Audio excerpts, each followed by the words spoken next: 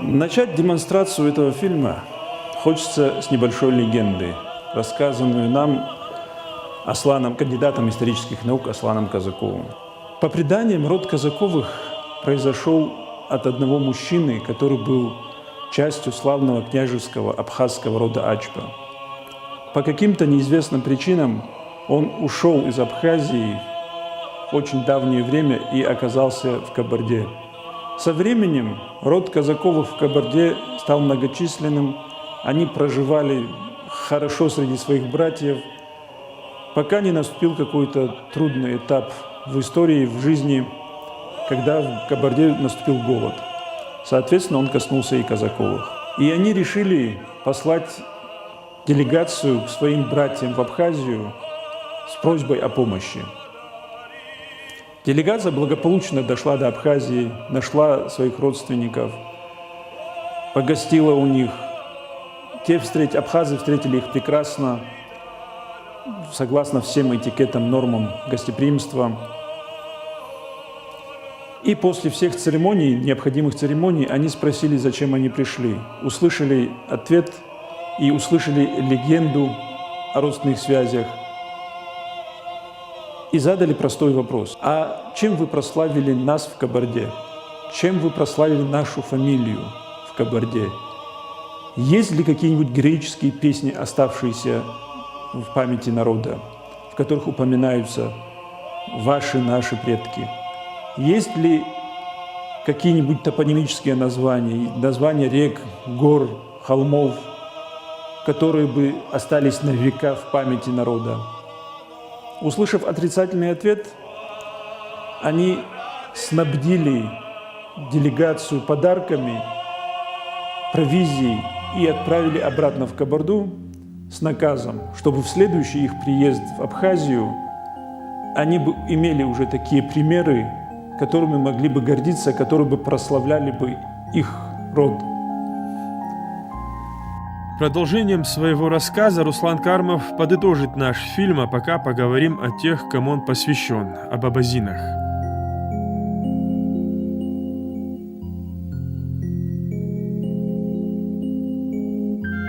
Абаза – это самоназвание народа, который в России принято называть абазинами. Древнегреческий историк Геродот в 500 году до нашей эры, путешествуя вдоль Черноморского побережья Кавказа, на карте, которую в то время только начинал составлять, отметил прибрежные народы, среди которых упомянул племя абазгов.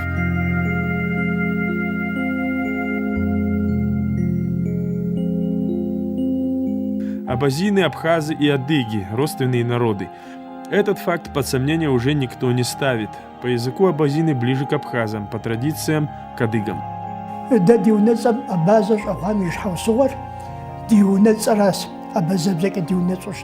Нашу настоящую фамилию кабардинцам трудно было произносить, и поэтому они стали называть нас абаза, по названию народа, которому мы принадлежим.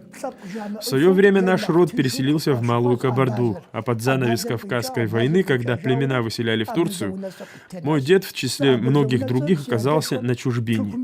И представители нашего рода с тех пор во всем мире известны как абазовы. Но есть и те абазины, которые свои фамилии не меняли, в числе прочих Хурановы, Жуговы, Кармовы, Харатоковы, Мессировы, Цримовы, Лиевы, Лоовы. Примеров множество. Насколько тесными были взаимоотношения адыгов и абазин на сегодняшний день, знают лишь профессионалы-историки. Для основной массы людей это знание сродни сенсационному открытию, даже для большинства из тех, кто на протяжении веков носит абазинскую фамилию. А таких людей в Кабардино-Балкарии немало. Невозможно рассматривать историю адыгов без абазин. И точно так же невозможно рассматривать историю абазин, абхазов, абазов, говоря на адыгском языке, без привлечения материалов по адыгской истории. Собственно, у нас не так много близких родственников по происхождению и языку, я имею в виду адыгов и кабардинцев в том числе.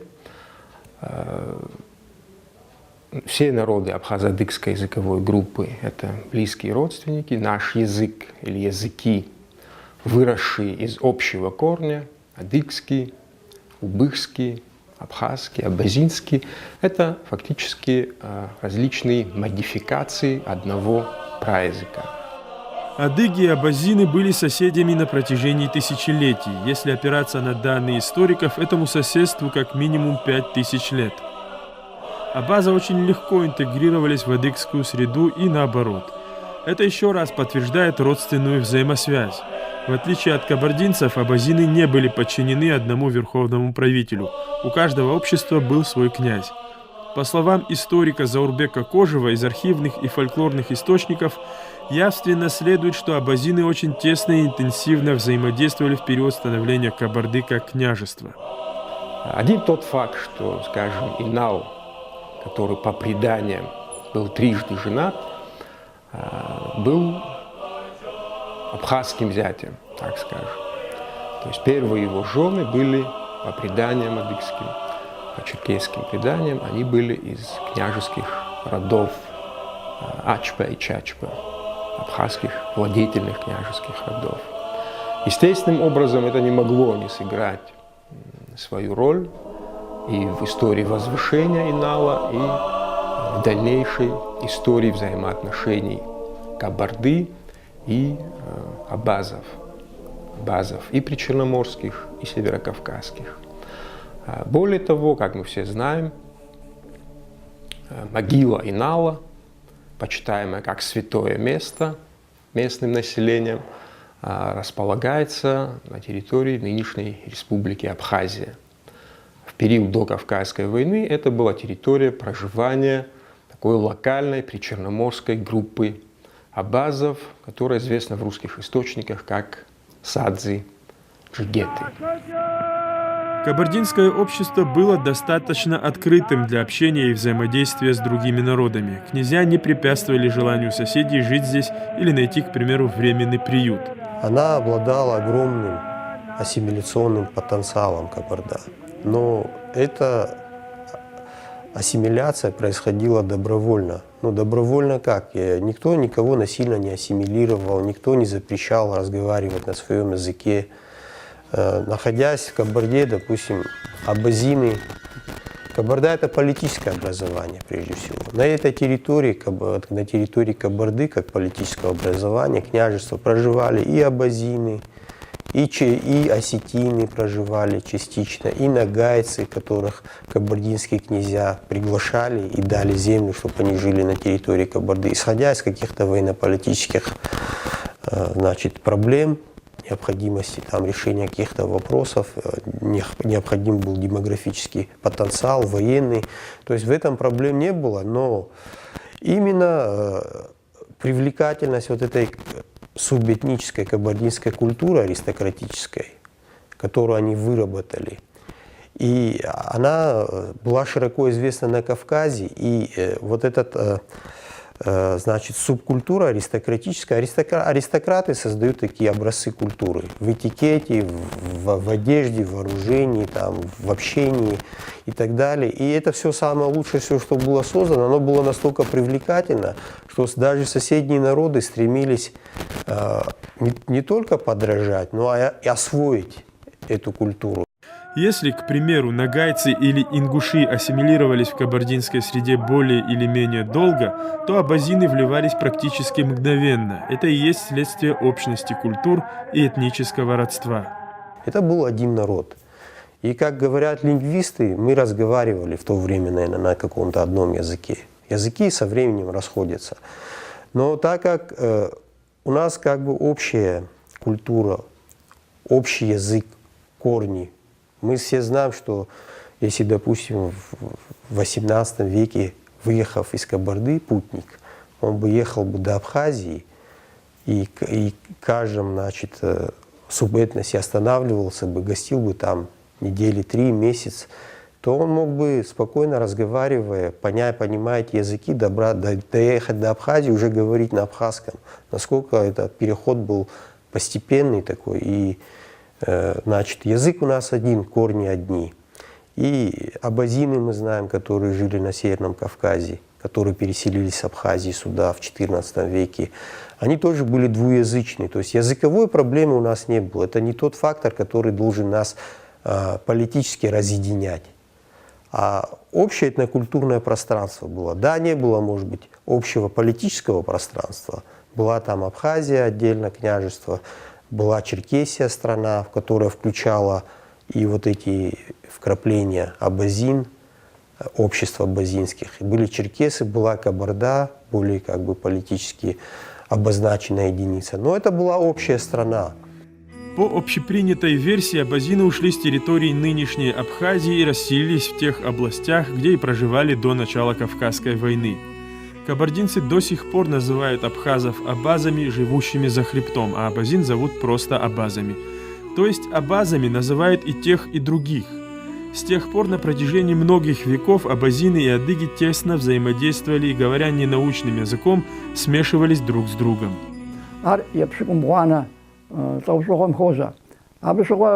Наибольшее количество абазин переселилось в Кабарду в XIX веке. В то время их уже постепенно вытесняли с родных земель, и таким образом они пришли в Кабарду. Много абазинских сел было, к примеру, в Зольском районе. В архивных документах сохранились списки абазин, которые переселились в населенные пункты Кабарды. Это документы середины XIX века.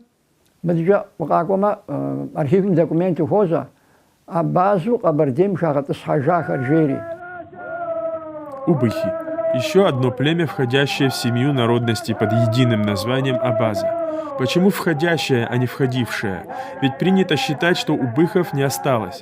На самом деле все иначе. Убыхи есть, но на своем языке они уже не говорят. Исследователь Владимир Пшиноков считает, что он этнический убых. Со своими коллегами не так давно он обратился в правительство России с просьбой внести этот народ в реестр народов, населяющих страну.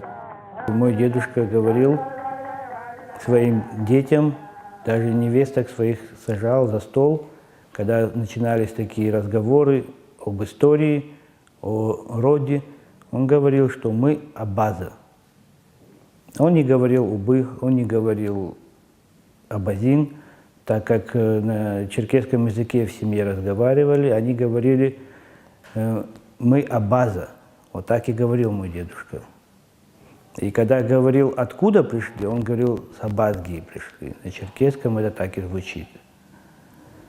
И так как я исторически заканчивал университет этот, и в свое время в школе мне Ворокова, преподаватель истории, любовь к истории, именно она мне приложила. Я с 6 класса, с 5-6 класса начал интересоваться историей. И я знаю точно, что то, что мой дедушка передавал для своих потомков, это мне более авторитетным является, чем даже некоторые авторы. Но я хотел подтвердить, успокоиться в душе, и поэтому я читал много книг, интересовался фамилиями, топонимами. И на самом деле, все на самом деле оказывается не так плачевно, как говорят, что вот нету убыхов, нету этноса. По утверждению Владимира Пшинокова, в Кабардино-Балкарии сейчас насчитывается свыше десятка убыхских фамилий. Российские и зарубежные ученые занимаются восстановлением языка. Конечно, я пытался изучать язык, и в данный момент сейчас он не совсем доступен, как бы, полный алфавита, там есть буквы, слога, есть слова, которые переводятся, которые переняли и так же, как и на черкесский язык, в Карачаево-Черкесии, на кабардинский язык, некоторый шапсукский язык перенят он, и эти слова присутствуют в этих языках. Конечно, хотелось бы восстановить алфавит и изучать сам убыхский язык. И думаю, это было бы плодотворно, потому что есть примеры, когда умирающие языки подхватывали на государственном уровне, изучали, преподавали, и это давало свой результат хороший. Я думаю, в будущем это и ждет узбекский язык. Лафишевы – один из ассимилировавшихся дворянских абазинских родов. В советское время, когда знать подвергали репрессиям, Лафишевы в числе многих пострадали. Нина Лафишева – автор книги «Памяти репрессированных». Ей известно, что Озербек, так звали ее прадеда, жил в Кабарде в XIX веке. У него был единственный сын Адальджири, остальные были у него дочери. И у Адальджирия было 6 сыновей и 1 дочь. Старший сын Кучук Лафишев Адальгириевич, он был учеником реального училища, и он погиб в начале 20-х годов в гражданскую войну. И судьба его неизвестна каким образом. Следующее, это у него сыновья Гилярстан, Талюстан, Ахмад и папа мой, и дочка одна Кудас. Когда в 1926 году арестовали моего деда Адальджири, и его ожидала очень тяжелая судьба, бабушка, его жена, бабушка Цацуна Гедмишхова, она обратилась к Калмыкову, напомнила ему о том, что ее брат Гедмишхов Казгири спас от расстрела в гражданскую войну его мать и его младшего брата. Благодаря вот этому факту Адальджирия не расстреляли, а сослали его в Архангельскую область. И он там пробыл в возрасте 60 лет, его туда изгнали. Во второй раз Адальгири Лафишев был арестован в 1934 году. Он и еще несколько стариков-дворян сидели в Нальчикской тюрьме, когда их сыновья попросили освободить отцов, и вместо них взять под стражу они предложили себя. Их посадили, молодежь эту, а стариков освободили. Ну, пока они там сидели, в 1935 год их всех выселили в Узбекистан. Существует мнение, что селение Психурей было основано дворянами абазинского происхождения Лафишевыми. Предание гласит, Герандука Лафишева волею царской администрации назначили приставом одного из абазинских округов. Местный князь не смог потерпеть такого, и Герандука был убит. А женщина, бабушка там осталась, по-видимому, и она забрала, мальчик был еще, она боялась, что этого мальчика тоже вырастет, или кто-то убьет, или кровная месть будет продолжаться. И по этой причине они покинули и уехали в Кабарду под покровительство князя Атажукина, говорят, вот так. И Атажукин им дал участок вот в районе теперешнего Психурей. И, как говорят, значит, эти Лафишевы как раз основали это село, и долгое время называлось это Психурей, это Лафишево село. Отцу Мухаммеда Лафишева вынесли смертный приговор. Он был знаком с Беталом Калмыковым. Тот посоветовал ему покинуть пределы республики и таким образом спасти свою жизнь. Ну, он ему сказал, ты уезжай, говорит, в Россию, тебя никто не тронет. А он далеко не уехал, через речку в Маринскую перешел, там как раз я родился, в Маринской. И оттуда его забрали. И, конечно, 11 апреля какого-то там 1937 года суд был в Нальчике, тройка НКВД, под руководством там командовал Гаманюк, фамилия его подпись есть в протоколе о расстреле. И как раз, что интересно, 11 часов утра, значит, было это заседание, а в 8 часов вечера его расстреляли. Назир Кештов не один год занимается исследовательской работой. На сегодняшний день плодом его научных изысканий является книга об истории рода Кештовых. Наверное, вы уже догадались, кештовы имеют абазинские корни. Род, как старшее поколение, как нам рассказывали, как нам передавали, мы из Абазы, которые переходили в разные времена, в разные годы через перевалы, разные перевалы, в основном Клухорский перевал. И наши предки, наш род, они были первоначально, скорее всего, они были на территории Карачаева-Черкесии и Карачая. Там и остались Кечевский аул, который мы нашли, побывали там. На нынешней территории Карачаевска, там у реки стоял мавзолей Асланбей Кечеву. Особенно часто кештовым приходилось мигрировать во время Кавказской войны. Как беженцы они всегда находили приют у кабардинцев. В ходе Кавказской войны 1820-26 годы из Пятигорья и Черкесии в Кабарду переселились в разные села, прималкинские разные села, наш род. Апсуа, Ашуа и Ашкарауа. 3 ветви Абаза. Апсуа живут в Абхазии. Ашуа и Ашкарауа населяют Карачаево-Черкесию и Кабардино-Балкарию. В 1820 году, по большому счету, решилась судьба кабардинского народа. Будучи на грани исчезновения после чумы и войны, необходимо было восполнять численность населения, поэтому верховный князь Кабарды принял решение.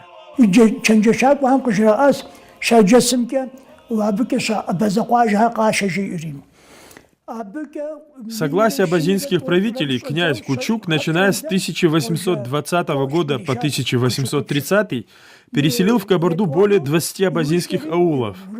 Впоследствии еще 18 аулов из Пятигорья перешли в Кабарду. Их расселили по 5 семей в каждом ауле. Я как раз представляю тех абазин, которых расселили по кабардинским селениям. Мой дед жил в малокабардинском ауле Хапцево.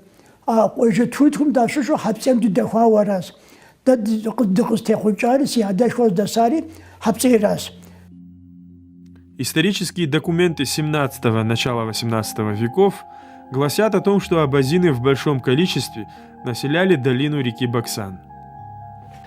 В ходе кабардино-крымских войн частично эти абазинские аулы уводились крымскими войсками обратно за Кубань, чтобы как-то оторвать их от Кабарды, поставить под свой контроль. И борьба кабардинских князей за свою политическую независимость и свои верховные права над всем населением Кабардинского княжества, в том числе и над абазинскими аулами, она растянулась вплоть до начала Кавказской войны. На первую половину XVIII века мы можем сказать, что как минимум 10-15% населения Кабардинского княжества составляли абазины, этнические абазины. Значит, на первой карте, ландкарте Кабарды Чичагова упомянуты десятки абазинских селений. Кроме того, упомянуты такие селения, которые, будучи абазинскими по происхождению, уже настолько очеркесились, окабардинились, так скажем, что упоминаются не в числе, значит, абазинских таких уделов Кабарды, а как отдельные аулы в числе остальных кабардинских аулов. Скажем, там тот же аул Бабукова или аул Кармова. То есть и фольклор, и исторические данные неопровержимо свидетельствуют об их абазинском происхождении, основной части населения этих аулов. Но на ландкарте 1744 года они уже упоминаются в числе кабардинских селений. Помимо того, что там упоминаются верхние абазы, нижние абазы, кипцокские абазы и количество селений в этих территориальных подразделениях, которые входили в Кабарду.